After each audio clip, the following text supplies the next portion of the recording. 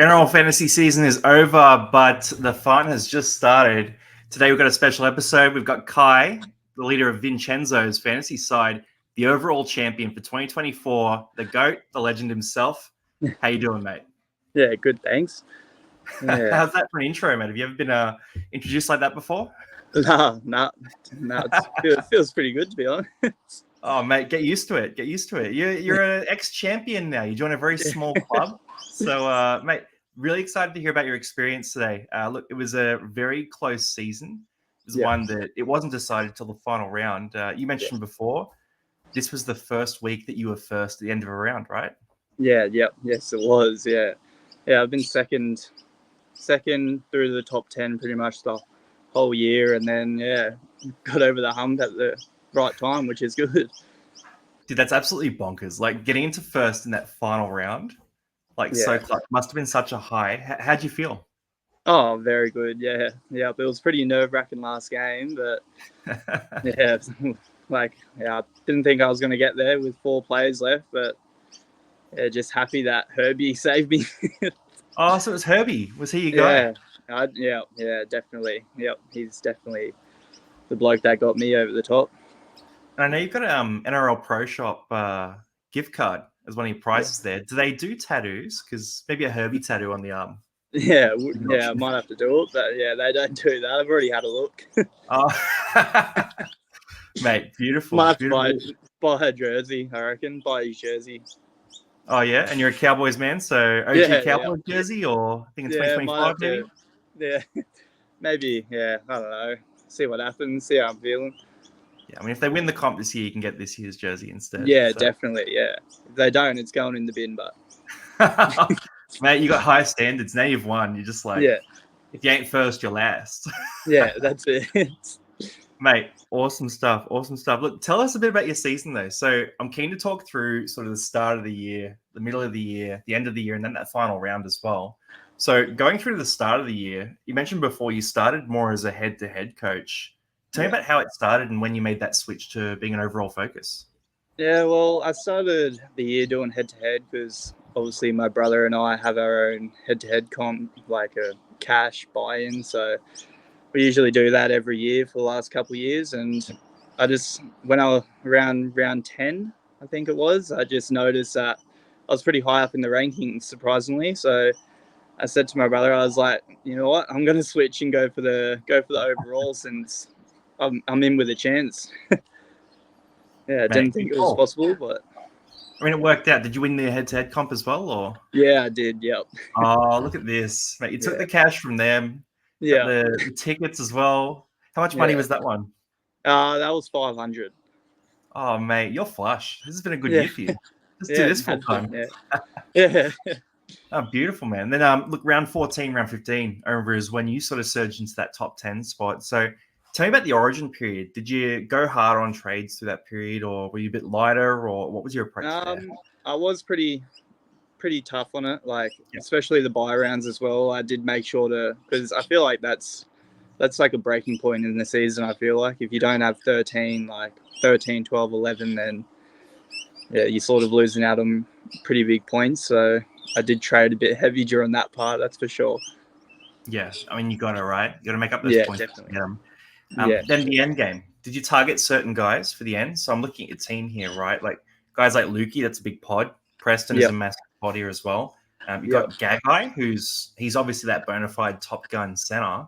Yeah. Was that the goal there? You were trying to target some lower ownership guys, or what? Yeah, definitely. I actually owned Gagai through most part of the season. I reckon since round 10, and he's done me no trouble. I also had him last year as well, and he's just that type of player. Just very good fantasy wise. Dude, he's mid-50s every year. Oh yeah. He's still doing it. Surely the age gap, age hits though, right? Surely he gets a clear 4. Are you going to target him again next year? Oh, probably not. I might see how it goes at the start of the year and then go from there. Stick with Herbie instead, maybe. Yeah, that's awesome. And then the last final few rounds, right? So I was looking at this in round 27, and it was close. There was, I think it was 5 of you within about 50 points, and it could have been anyone's game. A lot of good rosters. Started the round, there were a few good scores to some other guys, and then you sort of came up right at the end of the round and really just surged in. Yeah. Tell me about that weekend. Tell me about what happened. Tell me about the big moments that really got you over the top.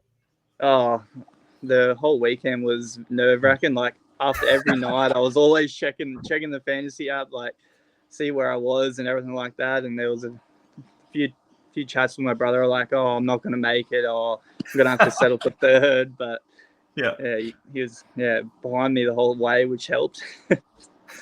So you were thinking you were going to get those KFC vouchers then instead? Yeah, wasn't too happy. Wasn't too excited with that. But yeah, we talked about it before, actually. Guys, in the comments, let us know what you'd do. If you won $750 worth of KFC vouchers, what would you do with them? Because, like, you could have a certain amount, but $750, that's a lot of KFC. That's a lot of chicken. You got to throw a few parties. That's the key, and celebrate third place. So, that last round then, do you remember what game you jumped into first place? I'm pretty sure it was the last game. I don't think I was first until the very last game. That's crazy. Who'd you have in that game? So I had Gagai and Ponga? Yeah, Plath, Gagai, Ponga, and Herbie. Yeah, Herbie on the bench. Mate, that's huge. That's huge. Because I remember I saw Jerome Hughes go off early in the round too. I thought someone might have captained him, but no one made that move either. So yeah, no, that's a good group to have right at the end. Ponga racked up a few late points. Which also scared me because obviously second had him as captain and third had him as captain. So I was like, oh, they might get it on the countbacks, but how close? Oh my god, it was close. Yeah, dude, I'm just looking at this now. 18 points to second. Yep. And then another 11 points to third. Yeah. And then another sort of 23 points to fourth. That's so close, man. Yeah, even fifth was right in there too. Yeah. Yeah. Wow. It was. Yeah. And you look back at the season at that point, you sort of go, all right, well, you could probably wrap it down to one trade that you made that got you over the top, or you look at their seasons, there's probably one mistake they made that cost them the win there. Tell me a bit about your season, man. Like some of the pods you took, some of the best moves you had. You know, what were you proud of? Definitely Herbie. Herbie was a big pod for me. I got him around round 16.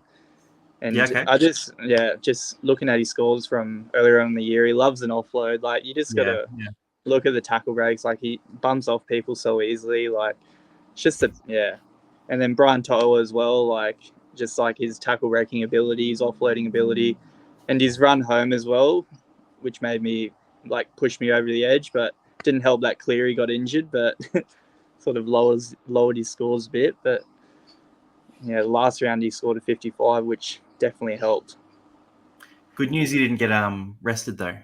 Yeah, definitely. I was sort of dreading team list because I thought Connor Watson might get rested because of the amount of injuries they had, and Isaiah Yeo, but thankfully I got a bit lucky there. Yeah, mate, Penrith being in that fight still for a home final. Yeah, I reckon that might have been one of your saviors because I know you and Jay-Z, who's hard-earned index, you guys had Yo as captain quite a few weeks. I think some of the other guys weren't captaining him as much. So that might have cost you. Yeah, definitely. Yeah. I had Fafita as captain the round 26, and that did not work out for me. And I thought that definitely cost me, but thankfully it pulled through. Isaiah Yeo. I think that's a good lesson though, because you were taking those shots, you were making those big calls. You got some of them wrong, which right. If you're gonna take those shots, you're gonna get some wrong. But it never really seemed to shake your attitude towards that? No, I was pretty comfortable with where I was. I was happy in the top 10. Like, I would have been happy anywhere because I think I got 5,000 last year. So to jump from 5,000 to top 10 is pretty crazy. Mate, that's the game of the pods. I'm telling you, if you're a pod coach like you're a deluxe pod coach, man. It either blows up in your face and you just have a terrible rank, or it does this and you win fantasy. So that is so epic, man. Any mistakes? Any guys that you bought in you just hated that trade? I started with McInnes round 1. I started with McInnes, and I think I traded him out round 3 just because I thought he was going to be that big minute guy at the start of the year, but didn't eventuate. And far out, I said to him, "You're gone," and definitely Kohler as well. Traded him in a couple times. Yep. Having a look at his fullback scores in the past, he scored well. So I was like, oh, he's got that position, and then the injuries killed him. And Oh, so you bought him twice, Kohler? yeah, I bought him in twice. Oh no. Yep, That's didn't 4 work trades. out. Yeah, Mate, gosh. that's brutal. That's brutal. A Yeah. lot of people held him through that injury period. Yeah, So at least it was 2 trades. But yeah, I stand by you though. I think he was an objectively good buy, Kohler. yeah, And I get a lot yeah. of crap about this as well. Like he's Well, great at yeah, and at the price he was at the time, I think it was like 450 or something like that. Like, yeah. center wing fullback duel. I just Amazing buy definitely. schedule as well. Yeah. Like he had I think it was around 16 and 19 he was playing both of. He missed round 17. Yeah. So no, he was in a great spot. Talk me through Lukey and Preston here too, because I'm looking at them as edge back rowers. And then so Finu's your backup. So if I was looking at your team, it didn't play out this way, by the way. They scored amazingly. But I was looking at your team, I would have thought that was a bit of a weakness. Yeah, definitely. I definitely thought those guys because they had a few injury risks as well. Yeah, I definitely thought I knew my edge position was definitely my weakest, but I just didn't focus on the edge position. I'm not too sure why. I don't know what I was thinking, but luckily the fantasy gods were with me. So Mate, a lot of people jumped on Olakau'atu anyway. So yeah, and that didn't eventuate. Kalaamatangi as well. Like yeah. Actually, you've got a super loaded. If I'm looking at your team here, like Farnworth, Iro, Hughes, it's a very back-heavy team. Even KO Weeks in that loophole spot. So, yeah, I guess you had Fafita, so I can't do too much. Yeah, kept Sam Hughes as a goat all year too. So no way. Was he your only player from round 1 to 27? The only player. I couldn't trade him. Any games or? I couldn't trade him. He's been through too much with me. So yeah. Well, maybe that's the tattoo instead. Don't worry about Heavy Farmworth who cranked out massive scores. It's Sam Hughes, you ride or die. Yep. Mate, that's classic. That's cool. Yeah. When did you get on Jaden Campbell, by the way? Because that was a big move that paid off as well. Yeah, I'm not too sure. I think it was around the early 20s, maybe a bit earlier. Yeah. As soon as he came into that 5'8" role, I was like, scored a couple good weeks, and I was like, I got to get him. Yeah. Yeah. Man, that's prime. And then hooker spot, you got Damien Cook there. Were you an early mover on Cook, or did you jump on him later? I was very early. I never had Grant this whole year, surprisingly, but I just, Cook was scoring pretty well, so I was like, I'm just going to take the risk. The risk a bit early, and it paid off. That's cool, man. That's super cool. It's cool to hear about your logic here as well. I want to hear a bit from you too, because one of the cool things about being up the top and in that fight for the top spot is you're riding this wave and you actually almost feel like you get to know the other teams that are in the top 10. Talk to me about these guys. So which teams up here were ones that you really paid attention to? Who did you think was the biggest threat going to the last couple of rounds? What were you thinking here? Definitely third, Peter. I definitely thought I thought he had it, to be honest. Oh, yeah? In the rounds, I thought he had it, but looking at his team, and I just thought everyone had a deeper team than me, so I thought I was going to fall down the rankings at the end of the year, but the injuries to Cam Murray and the suspension to Cam Murray and me getting lucky with injuries, just really helped. And definitely Des Hasler's magic touch. I was looking at his team throughout the year as well, but obviously he fell down a little bit, but it's definitely a big one that I have my eye on. Yeah, we're a fan of Matt here. He's around the lives and he's been on the show before as well. But he was in a good spot. He had a bit of bad luck with injuries. Yeah, definitely. A few pivotal low scores, but like the Hughes captaincy, that was a good shout. DeBellin, he could never get rid of DeBellin all year. Who was? I think there was 1 week where he actually captained Kinney as well, and I don't think it played out too well for him. Yeah, I think it might have been that 2 p.m. game. Look, you got to take those shots, right? Yeah. Dodgy Doggy's is another one who's around a lot as well. He made a great late rise, so he wouldn't have been in your picture too much. I think he was 35th coming into the last round, jumped to 14th. So you can make those big leaps. And then one other one, Hardo Nidex, Jordan, Jay-Z. I thought he was in with a good shot too. And then he brought in Payne Haas, so you can see sitting down here. Yeah, I think if Haas didn't get injured, then it might have been because you take out Gray's score, right? You throw in Haas, he might have been a contender there as well. Yeah, definitely. I definitely was very happy, not happy for Payne Haas himself that he was ruled out because it was definitely a worry if he was able to play. Yeah, it would have been tough. It's got to break that way though, right? But I think I wouldn't say it's luck or anything that for you. I think it's you made a lot of big pod calls here that paid off, and that's the approach. Let's move into next year though, right? So you come into 2025, and look, obviously you're not even thinking about 2025 right now, but let's say when you are coming in, are you thinking you're going to double down on that pod strategy, or are you going to be a bit safer, or are you going to go for overall from the start? You're going to have two teams, one for overall, one for head-to-head. Like, what are you thinking next year? Yeah, I think I am going to have two teams, one for head-to-head and then one for overall, but I'm not really too sure about too much about next year. I haven't really thought about it, but definitely the strategy is not to burn so many trades so early on in the year. Because, put myself in a bit of a hole, but... It was tough early year, though. So many injuries. Yeah, I reckon I look at some of this, though, and I go, all right, there's guys like Mitch Moses, Cam Munster, a lot of the halves, in particular, Fogarty, they're looking like value for next year. The hookers, they all sort of dropped off as well. So, I mean, is there a position where you'd be targeting guys? Like Isaiah Yeo, he's super expensive right now. Yeah. Is he a guy you're going to target next year? Honestly, probably. Just the type of player he is and 80-minute guy, like... Yeah, you've always got to have one gun mid to start off the year, in my opinion. So, so it's either him or Carrigan or Payne Haas, like the three big boys. So, yeah, I mean, he had a massive year, like 64 average. Yeah, I look at him and I just sort of go, right now I feel like I want to have him next year, but when he comes in at like $1 million, I'm just sort of go, oh, maybe I go with Haas instead. Yeah. Maybe that was the ceiling. Yeah. Exciting. Can we expect to hear more from you, man? So I'm keen to have at least your opinions popping up, maybe a bit of involvement in the casual athlete next year.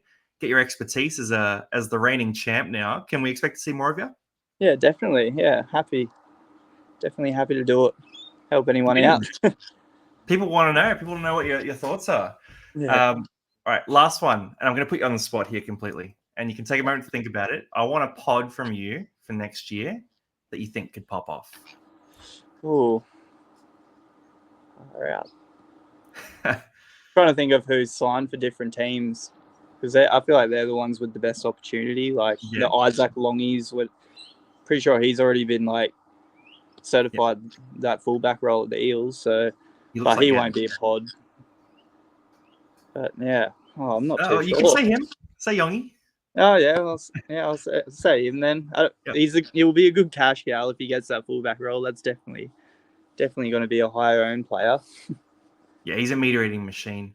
I'm keen to see how that plays out because they're getting Lomax as well. Yeah, Gutho's he was playing decent footy at the end of the year too, so could be anything. Yeah. Just try and look at the news as much as possible. Follow a couple people, but it's all going to eventuate next year. So go from there. Dude, I'll keep hitting you up as we go through the preseason. We'll get your views and all that as well. Might even get you a pod segment on the show or something like that. Go Kai's pods. Because your team is stacked with pods. Like when I was looking at your team, I was like, this is a guy who doesn't listen to anyone. He just go goes with my full guy. steam ahead. That's it. Yeah. I look at that fantasy website. I always go back and look at the people score like earlier on in the year and just look at how the bench plays out. Like there's a lot of thought that goes into the pods, but I am fairly confident with most of them. What are you looking for then in a pod? Like, are you looking at minutes or their breakdown of how they're scoring? Or definitely with Preston. Like last year, he was a gun. Like he started off cheap and then built himself up to that like 700K price tag, and he's always been a really good scorer. He's just had a season he's had bad injuries all season and everything like that. So, and when he was getting those 80-minute games, I was like, oh, I'm going to jump on him because he's not high owned and everything. And definitely with Toto, like his run home, I was like, oh, The score, he's able to score really well in base as well. So I was like, I'm just going to take the gamble with his run home. He did have Cleary at the time, which would have helped, but yeah. Yeah, mate. Love it. Love hearing from you too. Super cool. We're going to finish off here, but I just want to get one last piece of advice from you. If you were speaking to the audience, if you're talking to someone who they want to win next year, what's your one bit of advice for them? Definitely be smart with your trades. Don't if a person has a bad week 1 week, don't feel like you have to jump off them straight away. Mate, good advice. Good advice. I'm going to forget it by round 1 next year. Yeah, so we burn trades. Yeah. Mate, I've been playing 15 years. Every year, end of the year, I'm like, I'll save trades next year. It has never happened. No, it doesn't. Beautiful, man. Awesome. Well, look, thanks for jumping on, Kai. Really cool to speak to you today. We'll keep you involved, everyone. You're going to hear more from Kai as well. Reigning champ, so he's got the know-how, and we're going to bring it to you. Thanks for jumping on, Kai. Too easy. Thanks for having me. No worries. All right, everyone. We'll see you guys for the next video. It might be a bit of a gap in the off season, but we'll be back with more fantasy content soon. See you around.